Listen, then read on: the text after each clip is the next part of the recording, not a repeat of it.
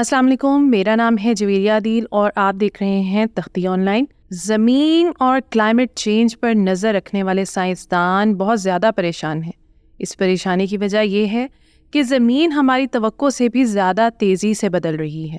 کئی سالوں سے سائنسدان اس بدلاؤ کی طرف اشارہ کر رہے تھے، لیکن ہم میں سے کسی نے بھی اس مسئلے کو زیادہ سنجیدگی سے نہیں لیا۔ زمین میں آنے والے یہ بدلاؤ شدید اور اچانک ہیں۔ آج سے 15 سال پہلے سائنسدانوں نے پلانیٹری باؤنڈری فریم ورک متعارف کروایا۔ یہ سسٹم زمین پر زندگی کی بقا، زندگی کے سروائیو کرنے اور آفات کے خلاف مقابلہ کرنے کے لیے متعارف کروایا گیا۔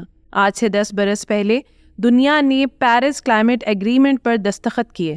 آج سے 5 سال قبل ہم ایک ایسی دہائی میں داخل ہوئے جہاں ہمارے لیے گئے فیصلوں نے ہماری آنے والی نسلوں کے مستقبل کا فیصلہ کرنا تھا۔ آج اس دہائی کے تقریباً 4 سال مکمل ہونے کو ہیں۔ آخر ہم اس سفر میں کہاں کھڑے ہیں؟ آج کے ویڈیو میں آپ کے سامنے سیارہ زمین کی سائنسی رپورٹ رکھی جائے گی۔ پوری دنیا اوسطاً 1.2 degree centigrade temperature rise پر پہنچ چکی ہے۔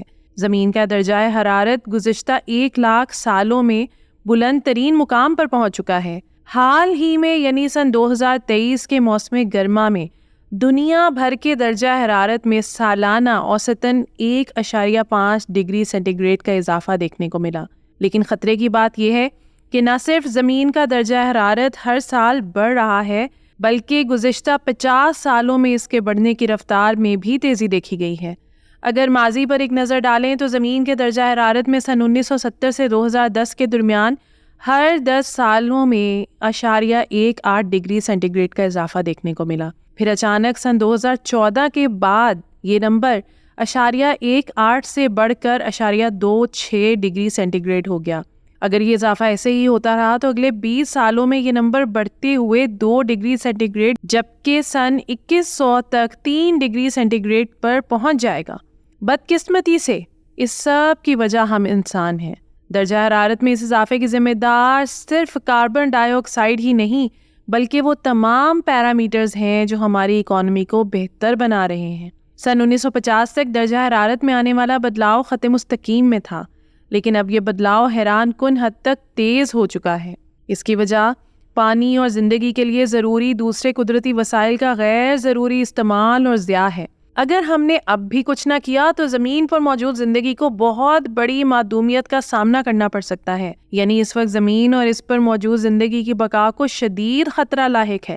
ان حالات کی وجہ سے پوری دنیا کی اکانومی بھی بری طرح متاثر ہو رہی ہے۔ ہم جانتے ہیں کہ زمین پر وہ علاقے جو سیلاب، بیماریوں اور ہیٹ ویو سے متاثر ہوتے ہیں یا جنہیں خشک سالی کا سامنا کرنا پڑتا ہے، وہاں دنیا بھر سے بھاری رقم امداد کے لیے بھیجی جاتی ہے۔ یہی وجہ ہے کہ دنیا کی اکانومی کلائمیٹ چینج کی وجہ سے متاثر ہو رہی ہے۔ سن 2023 میں زمین پر موجود تمام قابل رہائش براعظموں میں درجہ حرارت نے 40 ڈگری سینٹی گریڈ کو چھو کر خطرے کی 1 گھنٹی بجا دی ہے۔ جون کے مہینے میں مکہ کی تاریخ میں درجہ حرارت پہلی بار 52 ڈگری سینٹی گریڈ تک پہنچا، جس کے نتیجے میں حج پر آنے والے کئی زائرین کو اپنی جانوں سے ہاتھ دھونا پڑے۔ سن 2023 میں کلائمیٹ چینج کے پیش نظر 12,000 لوگ اپنی جانوں سے ہاتھ دھو بیٹھے ہیں، جس کی وجہ سے دنیا بھر کی مجموعی اکانومی کو 200 بلین امریکی ڈالر کا نقصان اٹھانا پڑا۔ اگر اکیلے امریکہ کو دیکھیں تو یہ نقصان 100 بلین ڈالر تھا۔ کلائمیٹ چینج کی وجہ سے نہ صرف جانی نقصان ہو رہا ہے بلکہ دنیا بھر کے ممالک کو بھاری مالی نقصان بھی اٹھانا پڑ رہا ہے۔ ماضی میں سائنسی طور پر لگائے گئے اندازے کے مطابق ہمیں کلائمیٹ چینج کی وجہ سے دنیا کی جی ڈی پی کا معمولی سا حصہ نقصان اٹھانا پڑتا تھا، لیکن اب اچانک آنے والے بدلاؤ کے بعد سائنسدانوں کا کہنا ہے کہ سن 2050 تک دنیا کی موجودہ جی ڈی پی کا 18% حصہ کلائمیٹ چینج کی نظر ہو چکا ہوگا۔ سن 2050 کے بعد ہر گزرنے والے سال میں کلائمیٹ چینج کی وجہ سے پوری دنیا کو 38 ٹریلین ڈالر کا نقصان ہوگا۔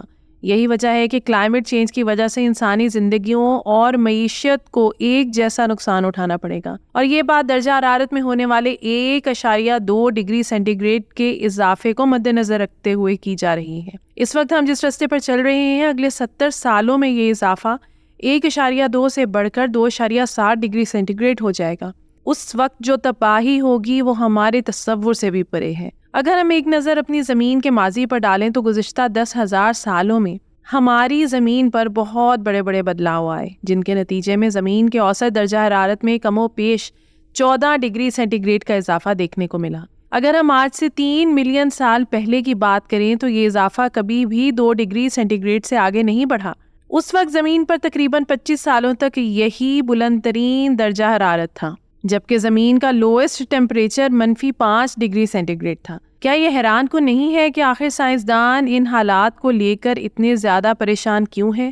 لیکن یہ سب اس سے بھی آگے کا مسئلہ ہے۔ پہلا مسئلہ بفرنگ کیپیسٹی کا ہے، جبکہ دوسرا مسئلہ ٹپنگ پوائنٹس کے کراس کرنے کا رسک ہے، اور یہ دونوں مسائل غلط سمت میں بڑھتے چلے جا رہے ہیں۔ آپ سوچ رہے ہوں گے کہ آخر بفرنگ کیپیسٹی سے کیا مراد ہے؟ آئیے جانتے ہیں۔ بفرنگ کیپیسٹی سے مراد زمین کا اپنا ایک نظام ہے جو شاک اور سٹریس جیسے فیکٹرز کو کم کرنے کی صلاحیت رکھتا ہے۔ مثال کے طور پر زمین اور سمندر میں سے قدرتی طور پر گرین ہاؤس گیسوں کو جذب کرنا وغیرہ۔ اب تک زمین نے یہ کام بخوبی سر انجام دیا ہے، اور ہمارے پاس اس بات کے ثبوت بھی موجود ہیں۔ یہاں پر آپ کو ایک گراف دکھایا جا رہا ہے جس میں سرخ رنگ فوسل فیولز کے جلنے کو ظاہر کر رہا ہے۔ اس کے نیچے پیلے رنگ میں جنگلات کے کٹاؤ کے گراف کو دیکھا جا سکتا ہے۔ اگر آپ سوچ رہے ہیں کہ اس سب کی وجہ سے زمین کے اوسط درجہ حرارت میں ہونے والا اضافہ 1.2 ڈگری سینٹی گریڈ تک پہنچ گیا ہے، تو ایسا نہیں ہے، کیونکہ فوسل فیولز کے جلنے اور جنگلات کے کٹاؤ کی وجہ سے زمین میں آنے والے بدلاؤ کے نتیجے میں پیدا ہونے والی کاربن ڈائی آکسائڈ میں سے 53% کاربن ڈائی آکسائڈ کو زمین نے جذب کر لیا۔ اس گراف میں موجود نیلا حصہ دراصل کاربن ڈائی آکسائڈ کی وہ مقدار ہے جو اس سب کی وجہ ہے۔ اسے زمین کی جانب سے جذب نہیں کیا جا سکا اور یہ ایٹماسفیئر ہی میں رہ گئی۔ مسئلہ یہ ہے کہ اب زمین کے اس قدرتی نظام میں بھی دراڑیں پڑنے لگی ہیں۔ آئیے جانتے ہیں کیسے۔ اگر زمین کی بات کریں تو یہ گرین ہاؤس گیسوں میں خارج ہونے والی کاربن ڈائی آکسائڈ کی 31% مقدار کو اپنے اندر جذب کرتی ہے۔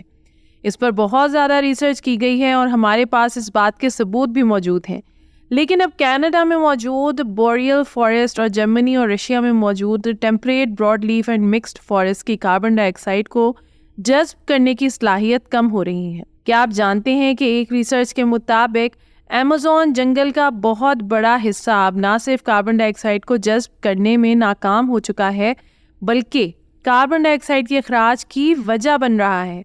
بات یہیں پر ختم نہیں ہوتی، کیونکہ اس سے بھی بڑا مسئلہ سمندر ہے۔ اگر سمندروں کی بات کریں تو یہ انسانوں کی وجہ سے ماحول میں آنے والے بدلاؤ کے نتیجے میں پیدا ہونے والی ہیٹ کے 90% حصے کو جذب کرتے ہیں، لیکن اس حوالے سے پیش کیا جانے والا نیا ڈیٹا پریشان کن ہے۔ اس ڈیٹا میں واضح طور پر دیکھا جا سکتا ہے کہ سمندر کی سطح کے درجہ حرارت میں سن 1980 سے لے کر اب تک مسلسل اضافہ دیکھنے کو ملا ہے، اور نہ صرف سمندر کی سطح گرم ہوئی ہے بلکہ سطح کے نیچے 2000 میٹر تک درجہ حرارت میں بدلاؤ دیکھنے کو ملا ہے۔ سائنسی ماڈلز میں اسے اچھے سے بیان کیا گیا ہے۔ اگر بات کریں گزشتہ سال کی تو سن 2023 میں سمندروں میں اچانک بدلاؤ دیکھنے کو ملا اور درجہ حرارت میں حیران کن طور پر 0.4 ڈگری سینٹی گریڈ کا اضافہ ہوا، جو کسی کے وہم و گمان میں بھی نہ تھا۔ ہمیں یہ بات ماننا پڑے گی کہ ہم نہیں جانتے کہ آخر یہ بدلاؤ اتنے تیز کیوں ہو گئے ہیں۔ اس سب کی ممکنہ وجہ ایل نینو کو مانا جا سکتا ہے، مگر ایل نینو ایفیکٹ کو ان سارے حالات کا ذمہ دار نہیں ٹھہرایا جا سکتا۔ آپ سوچ رہے ہوں گے کہ آخر ایل نینو ایفیکٹ کیا ہے، آئیے اسے جاننے کی کوشش کرتے ہیں۔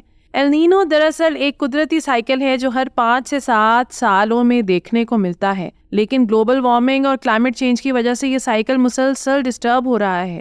اس سائیکل کا پورا نام ایل نینو سدرن آسیلیشن ہے۔ ایل نینو ایک طرح کی ویدر کنڈیشن ہے جسے بحر اوقیانوس یعنی پیسیفک اوشن میں دیکھا جا سکتا ہے۔ ہم جانتے ہیں کہ پیسیفک سمندر ایشیا اور امریکہ کے درمیان موجود ہے۔ ایل نینو کو سمجھنے کے لیے فرض کریں کہ یہ سمندر ایک باتھ ٹب کی طرح ہے جس میں پانی بھرا ہوا ہے۔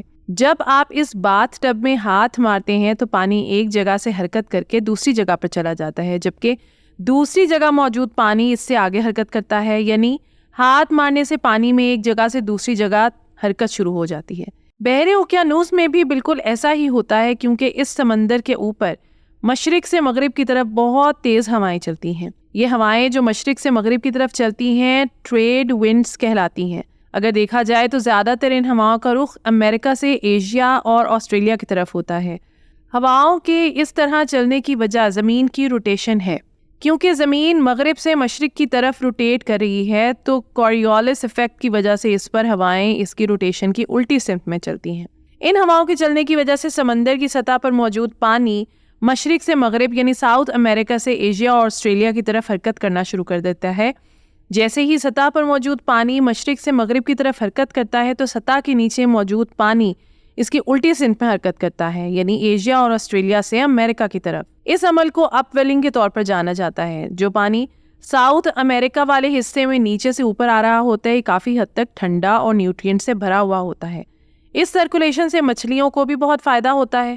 اس طرح ٹھنڈا پانی امریکہ کی طرف آ جاتا ہے جبکہ گرم پانی ایشیا اور آسٹریلیا کی طرف چلا جاتا ہے۔ ٹھنڈے پانی کے مقابلے میں گرم پانی زیادہ تیزی سے بخارات میں تبدیل ہوتا ہے، تو وہ پانی جو آسٹریلیا اور ایشیا کی طرف پہنچ چکا ہوتا ہے تیزی سے ایواپوریٹ ہو کر بارشوں کا سبب بنتا ہے۔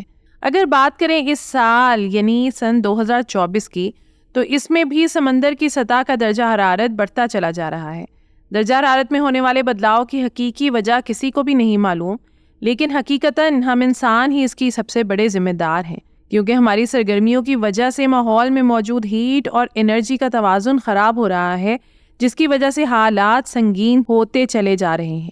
آج کے ویڈیو میں بس اتنا ہی، اس سے آگے اس سیریز کی دوسری ویڈیو میں بیان کیا جائے گا۔ تو یہ تھی آج کی ویڈیو۔ امید کرتی ہوں کہ یہ ویڈیو آپ کے لیے بہت انفارمیٹیو اور دلچسپ رہی ہوگی۔ آپ سے گزارش ہے کہ ویڈیو کو لائک کریں اور ایسی ہی مزید دلچسپ، انفارمیٹیو اور ایجوکیشنل ویڈیوز کے لیے ہمارے چینل تختی آن لائن کو سبسکرائب کر کے بیل آئیکن کو بھی لازمی پریس کر لیں۔ شکریہ۔ ملتے ہیں ایسے ہی کسی نئی ویڈیو میں۔ مجھے دیجیے اجازت۔ اللہ حافظ۔